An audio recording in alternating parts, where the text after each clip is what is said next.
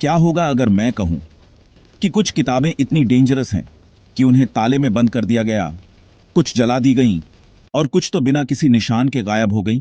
ऐसी किताबें जिन्होंने सिर्फ लोगों की सोच ही नहीं बदली, बल्कि हिस्ट्री बदल दी, केओस मचाया, यहां तक कि जानें भी ले ली। ये कोई फिक्शन नहीं, असली किताबें जिन्हें इंसानों ने लिखा या शायद किसी और ज्यादा खतरनाक शक्ति ने धीरे से बताया हो। पर कुछ पन्नों की एक सिंपल सी किताब एम्पायर्स को कैसे धमका सकती है, कल्ट शुरू कर सकती है या जिंदा लोगों को श्राप दे सकती है।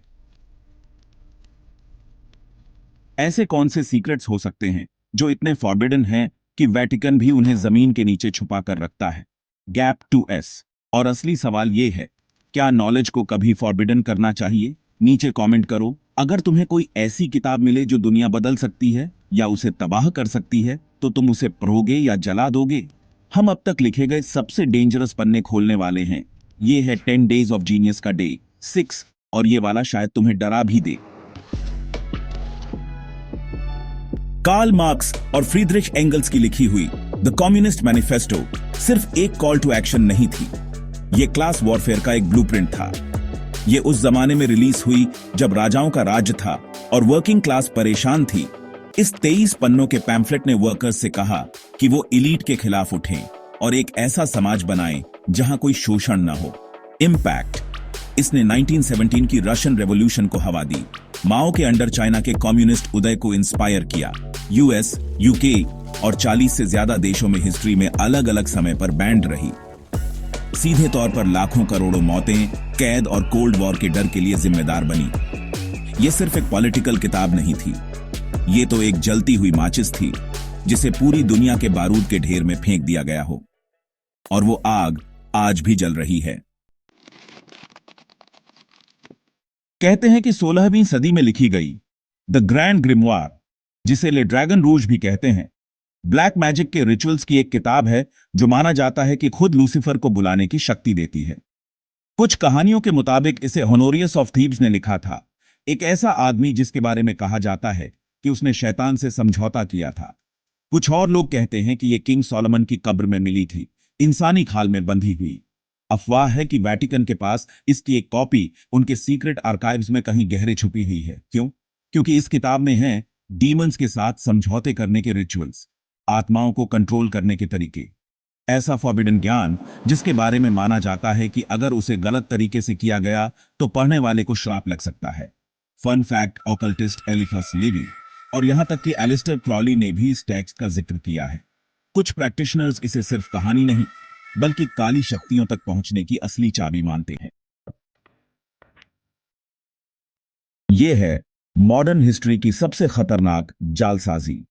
द प्रोटोकॉल्स 1900 की शुरुआत में रशिया में पब्लिश हुई थी और दावा किया गया था कि यह दुनिया को कंट्रोल करने के लिए हुई एक सीक्रेट जूइश मीटिंग के मिनट्स हैं। रियलिटी, यह सरासर झूठ था, जिसे शायद रशियन सीक्रेट पुलिस ओक्राना ने एंटी सेमिटिक साजिश को हवा देने के लिए बनाया था। लेकिन इसके नतीजे बहुत असली थे। नाजी जर्मनी ने इसे हॉलोकॉस्ट को सही ठहराने के लिए इस्तेमाल किया। आज भी मिडिल ईस्ट के कुछ हिस्सों में और ऑनलाइन हेट ग्रुप्स इसे बढ़ावा देते हैं। इसने कोरे फिक्शन के आधार पर बड़े पैमाने पर हत्याओं और नरसंहारों को इंस्पायर किया।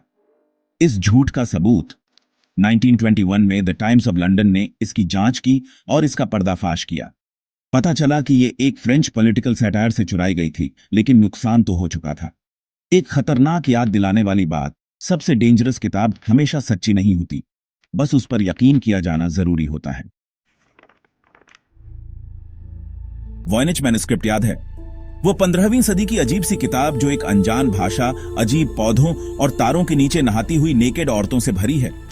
आज तक कोई नहीं जानता कि इसे किसने लिखा, इसमें क्या लिखा है या ये क्यों है।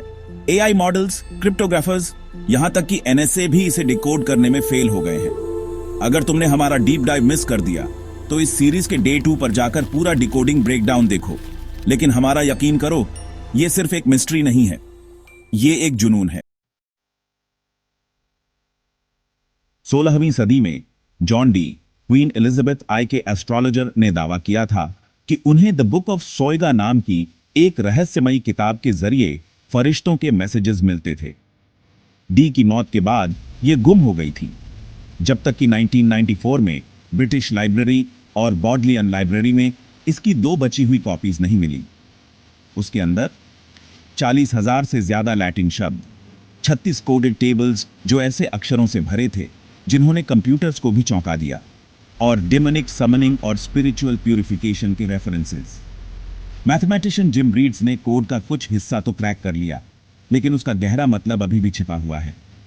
डी का मानना था कि बाकी का हिस्सा सिर्फ फरिश्ते ही अनलॉक कर सकते हैं। उसने अपने स्क्रायर एडवर्ड कैली से पूछा कि इस किताब का क्या मतलब है। जवाब, ये एक ऐसी किताब है जिसे सिर्फ आर्कएंजल यूरियल ही समझ सकता है। वो आखिरी बार था जब उसने इसे इस्तेमाल किया। H.P. लवक्राफ्ट की फिक्शनल नेक्रोनोमिकॉन एक मजाक होनी चाहिए थी, एक ऐसी किताब जो पुराने वालों को पागल कर दे। लेकिन फैंस ने इसके असली वर्जन्स बनाने शुरू कर दिए। एक तो यूएस लाइब्रेरी ऑफ कांग्रेस में भी आ गई। कुछ वर्जन्स दावा करते हैं कि वे एल्डर गॉड्स को बुला सकते हैं, सपनों की दुनिया के दरवाजे खोल सकते हैं, और उनमें बलि के रिचुअल्स भी शामिल हैं। क्या ये फिक्शन है या लोगों का सामूहिक विश्वास इसे शक्ति दे रहा है?